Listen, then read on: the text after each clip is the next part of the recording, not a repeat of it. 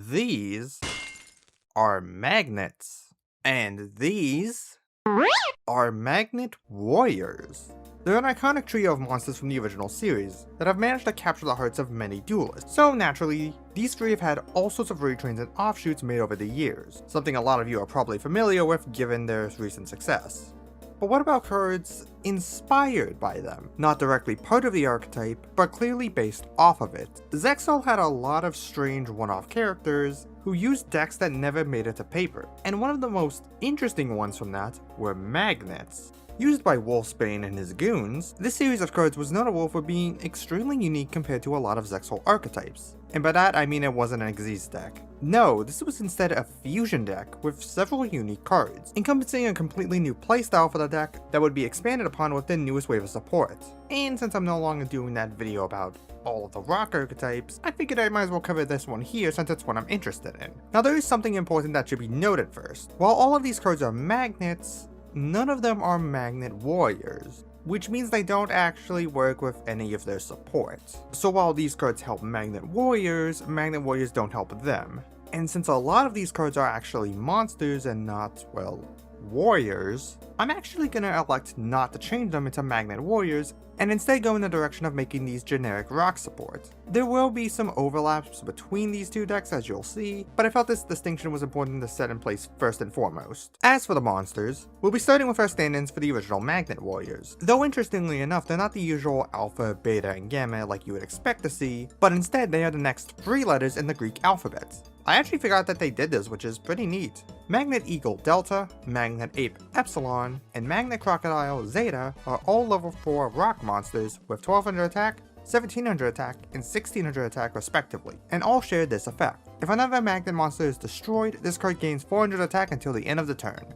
A bit better than the originals they were inspired by, but not very good by any means. Just a small attack boost isn't good enough, especially for Delta, which was the one used by their main boss. And unfortunately, there wasn't really anything used alongside them to make these cards better, unless we count the many traps and mechanics that were used during the roller coaster duel. Yeah, this duel took place on a roller coaster. If we did take that into account, then we do have a couple things that could be considered, like Eagle gaining the ability to deal 200 for every card in the opponent's hand, as referenced to Secret Barrel being flipped on Yuma, as well as getting the ability to attack directly, referencing how they were used to, well, attack directly. Zeta meanwhile would get an attack redirection ability in reference to how Coyote used it to block an attack from Rocket Air Express. And as for Epsilon, I've got nothing. Literally all this card did was attack Go Go Go Golem, and then was tributed off for their fusion monster, which I'll talk about much later, so it's kind of a blank slate. However, there is more that I want to look at when it comes to these cards and deciding how they can be changed, because I think there's actually a very simple effect that these could get that would help them a ton.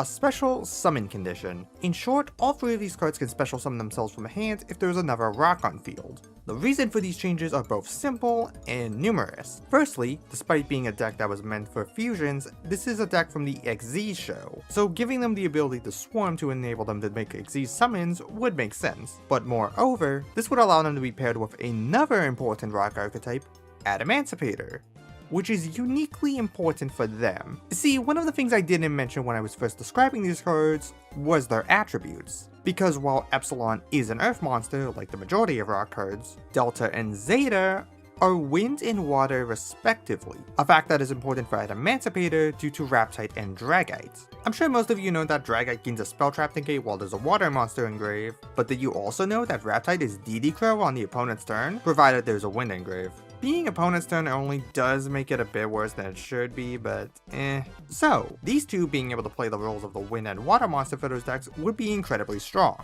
and gives them a pretty good use case together, be it as cards you summon before summoning out Researcher, or as cards that are summoned off of the miners. In fact, I think there's a way we can make these even better in this theoretical Magnet Adamancipator deck, while also improving both the plays from opening these guys and finding them off the miners. And it's actually done by referencing another trio of cards that Yugi originally played, the Gadgets. If each of the magnets had the ability to search another, then we would have a pretty good way to put them onto the field while also setting up our Adamancipators for next turn. Delta can grab Epsilon, who can then summon himself and grab Zeta, who can then summon themselves and grab Delta. Then you can overlay 2 of them to search for Researcher, who can special summon herself out, and so on and so forth. Now, I do think there should be a restriction somewhere on these cards, specifically locking you into rock monsters. This is more so a precaution in place to cover for the fact that Adamancipator is an insanely powerful synchro spam deck that is pretty infamous for the amount of generic synchros that it can make. So keeping it to just rocks helps lower the power bit,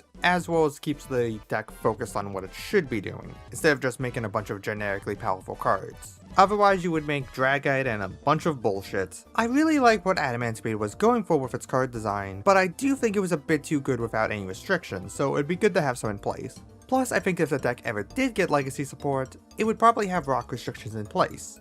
Is what I was supposed to say, but this video was scripted back in May, and since then they revealed new support, which has no restrictions and is fucking insane, so, you know, go fuck me I guess. Regardless of what is done however, I think getting these 3 right should be the top priority of the deck, especially since they are the 3 we are most likely to get first.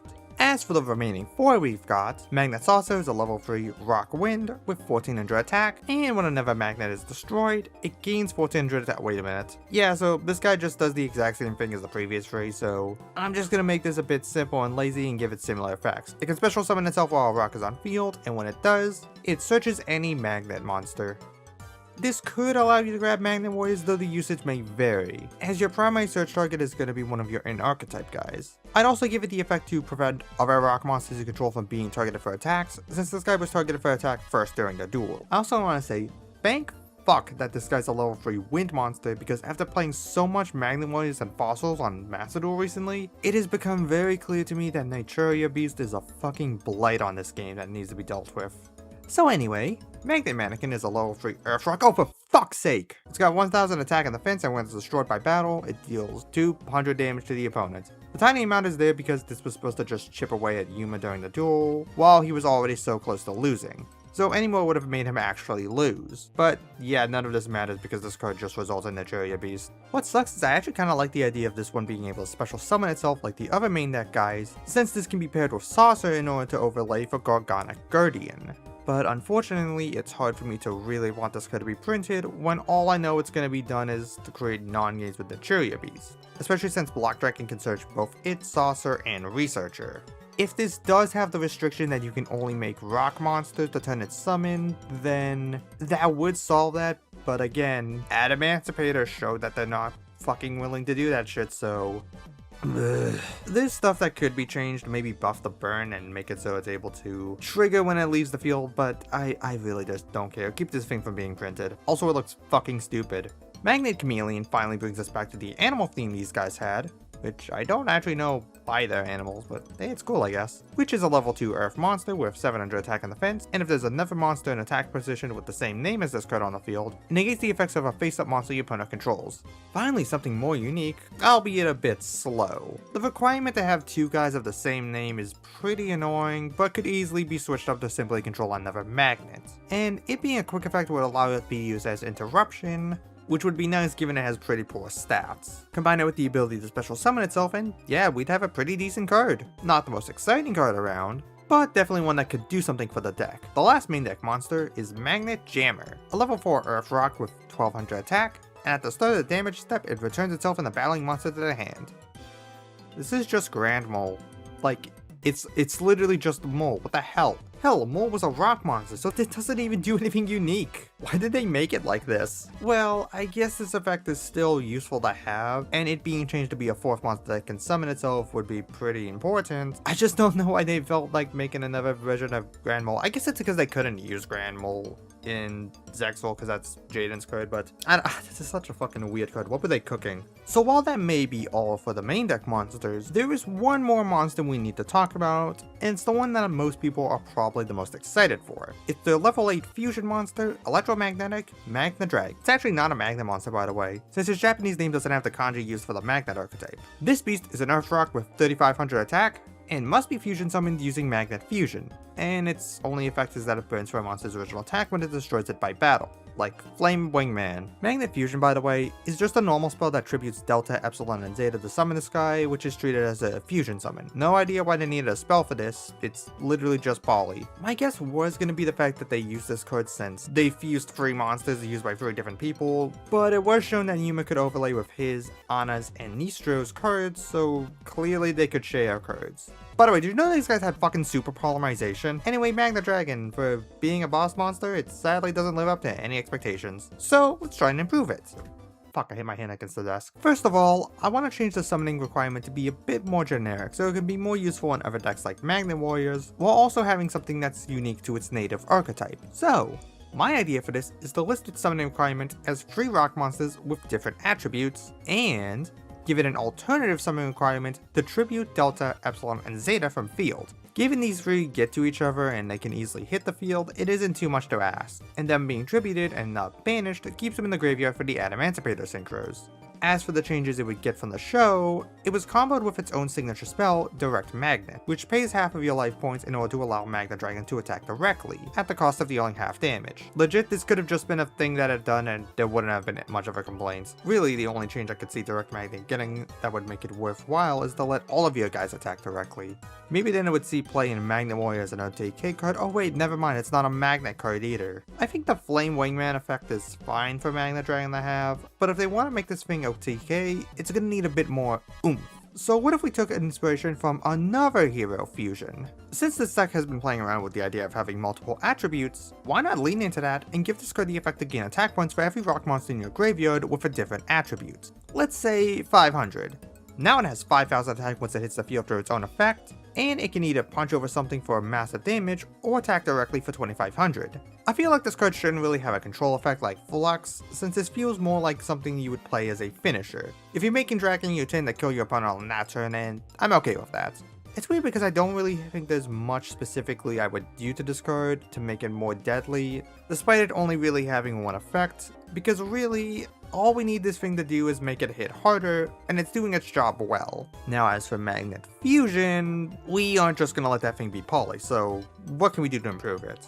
Well, in my opinion, there are 3 options that we could go with, and I think most of you know what they are. We can make this a Shadow Fusion, a Miracle Fusion, or a Thunder Fusion. The latter of which is a bit redundant since Magnet Bonding already does that, so let's not do that one. And while it may be a bit of a controversial take, I don't like the idea of making this a Shadow Fusion.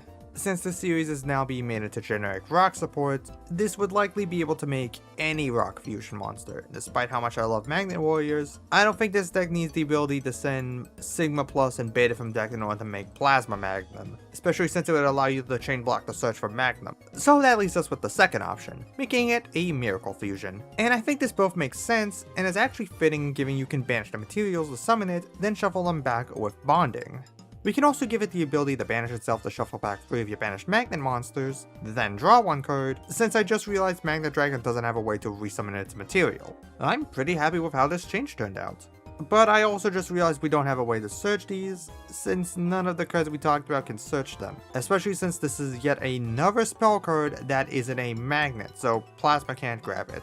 Fuck it. Give the back row search to Mannequin. If we want to make this guy useful, we can just ban Beast so we can fucking get this shit over with. So since we already talked about Direct Magnet, that just leaves us with one more card to talk about, which is another spell. Magnet Reborn. And no, this one isn't a magnet card either. For the low cost of 500 life points, you could target and special summon a magnet monster from your graveyard. So this one is actually kind of fucked over by my decision to make these generic rock supports, since that would imply this would just be a generic reborn for rock monsters, except we already have that with Adamancipator Signs, which has since become more searchable by their new support. So this card doesn't really do anything. Even if we made it so it could revive a guy that was banished, it would still be tricky to justify, other than it being easier to access through Mannequin. I guess there is an actual benefit, since if you find Saucer off of Researcher, you can search Mannequin, summon Mannequin to search Reborn, then tune for Nat Beast, and then Reborn to revive in order to overlay for a Gorgonic.